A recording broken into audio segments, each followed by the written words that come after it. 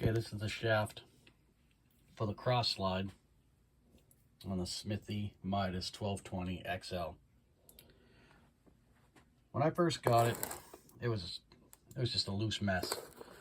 This was rocking terribly back and forth, the housing. When you crank the shaft, it would go up and down and all over the place, in and out. This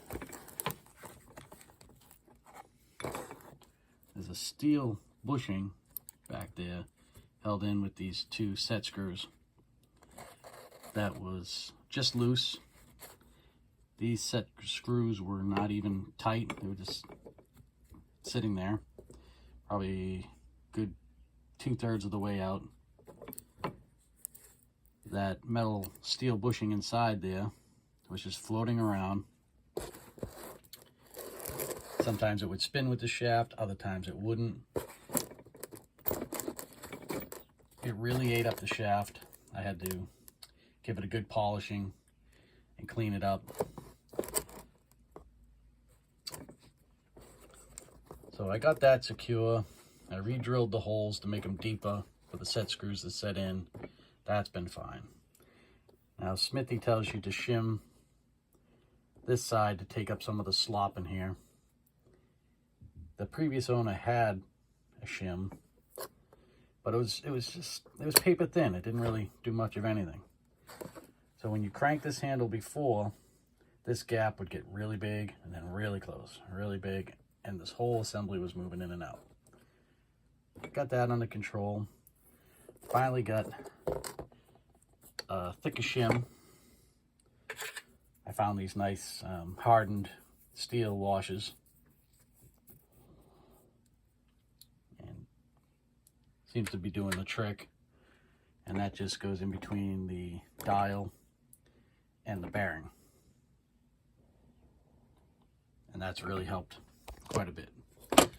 The handles, the dials, the dial lettering and numbering, you can see it really well, a lot better than a lot of machines that I've looked at and say under 2,500 bucks, new or used. And then we get down to the crossfeed nut. This just sits in the hole in the housing of the saddle. It's pretty sloppy. I can adjust most of the backlash out of it. Currently, the screws just don't stay tight. So I don't know if I'm gonna maybe put a spring in here, just a small spring, or Loctite them with the Loctite 222 for small screws.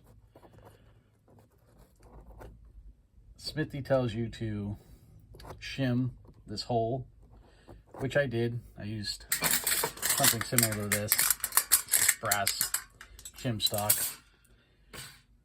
but it's not very strong, and it actually wears out pretty quickly, so I'm not really sure what this is, but it's definitely not as strong as, say, this material. But that helped quite a bit with the backlash. When I got the machine, these screws, I have two of them, these two screws were just sitting in the valley of the saddle, and this nut was like way down here at the end, just floating around. So I think I can get by with that for now, just adjusting it again and getting some better shim stock to shim that hole a little bit.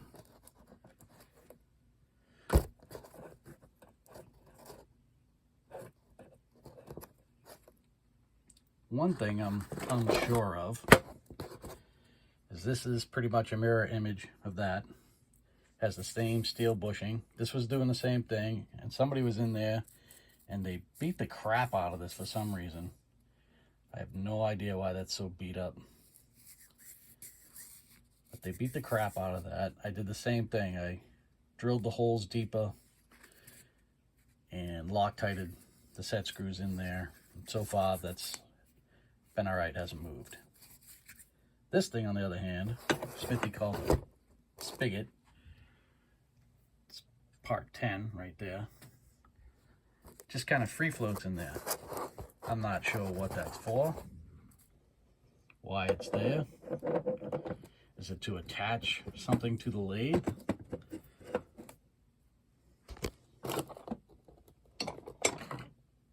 Now, when I got it,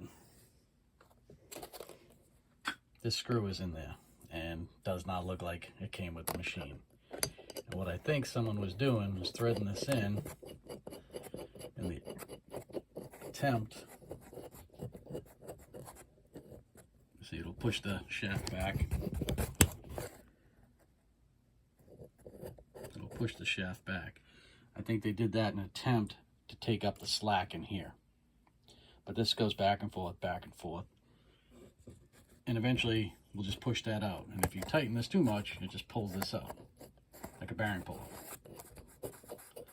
So I don't know exactly what this is for. I've been tempted to just use green Loctite, send it in there and forget about it, but until I know for sure what this is for, I'm just going to leave it be. So if anybody knows what's that is for, let me know. Eventually, if I keep this lathe long enough, I'll probably upgrade the bearings. Definitely needs new bearings. They're all crusty and crunchy, and I polished the races the best I could. But definitely saw some dirt and grime. I don't know if you can hear them.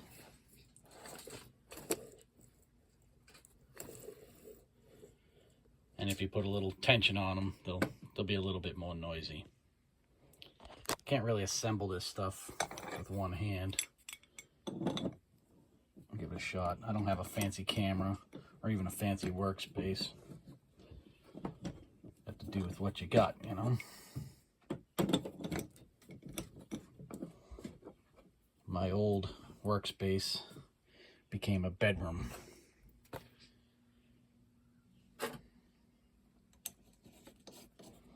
So every little project is done on this little 30-inch toolbox. See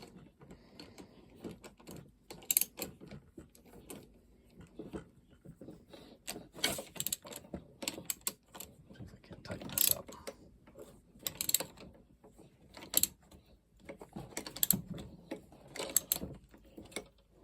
Now the lathe is out in the shed, and I'm getting wimpy as I get older. It's a little too cold out for me to go out there and play in the shed.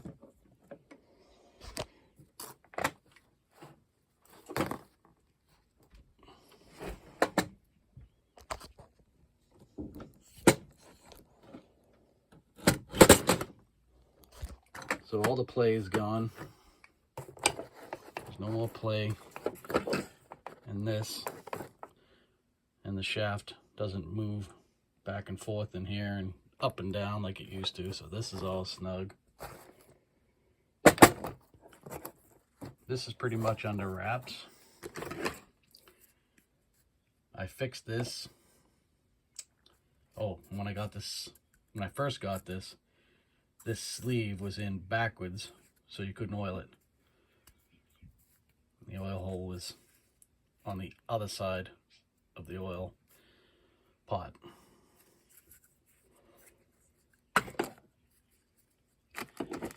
And it just fits. It actually fits pretty good. I'm actually surprised that this isn't worse, even though I know it's not supposed to be a precision fit, but I expected it to be a lot worse when we took it apart.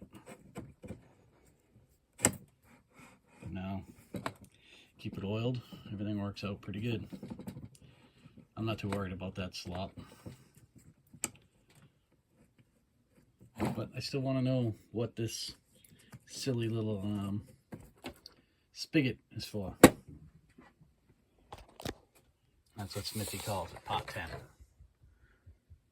Pot 10 spigot. And the sleeve is pot 11.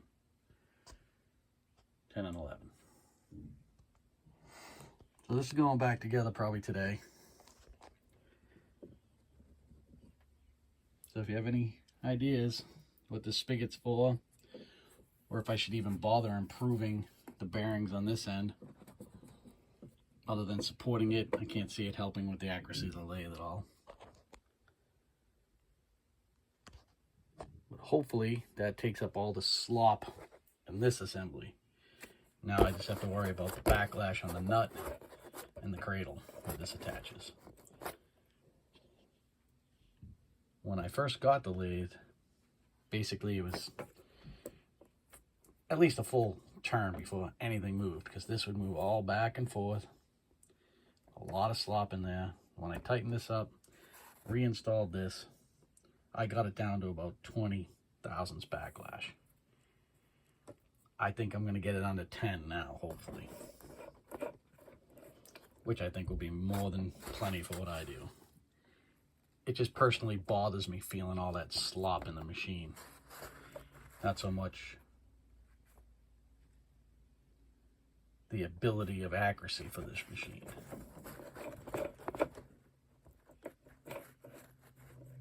So I'm going to get to taking this apart, cleaning the threads, put some of that Loctite 222 on there, and hopefully it will stay tight. It went about, oh, I don't know, 15 hours of use before it really started to get loose again. So I don't know if a little spring tension will help, and a little Loctite. Keep it from loosening up, these screws from loosening.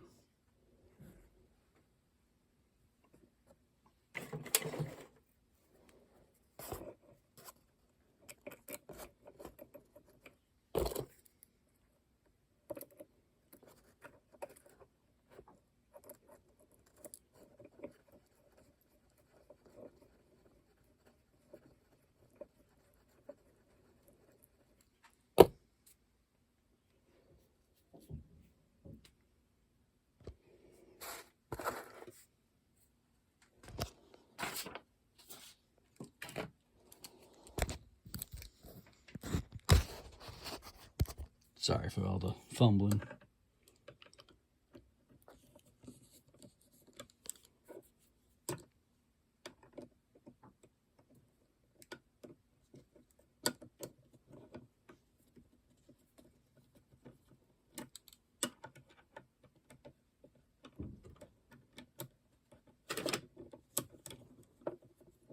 I'm gonna have to do a final assembly on the machine.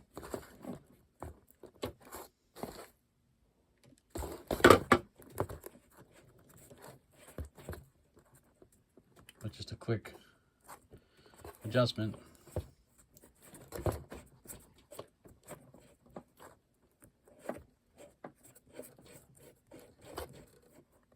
There's very, very little play. There's a little bit, but I'll work that out once I get it remounted.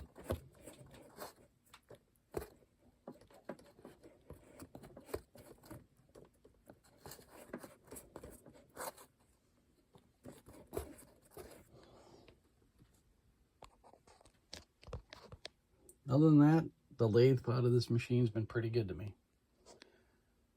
for an entry-level hobby guy.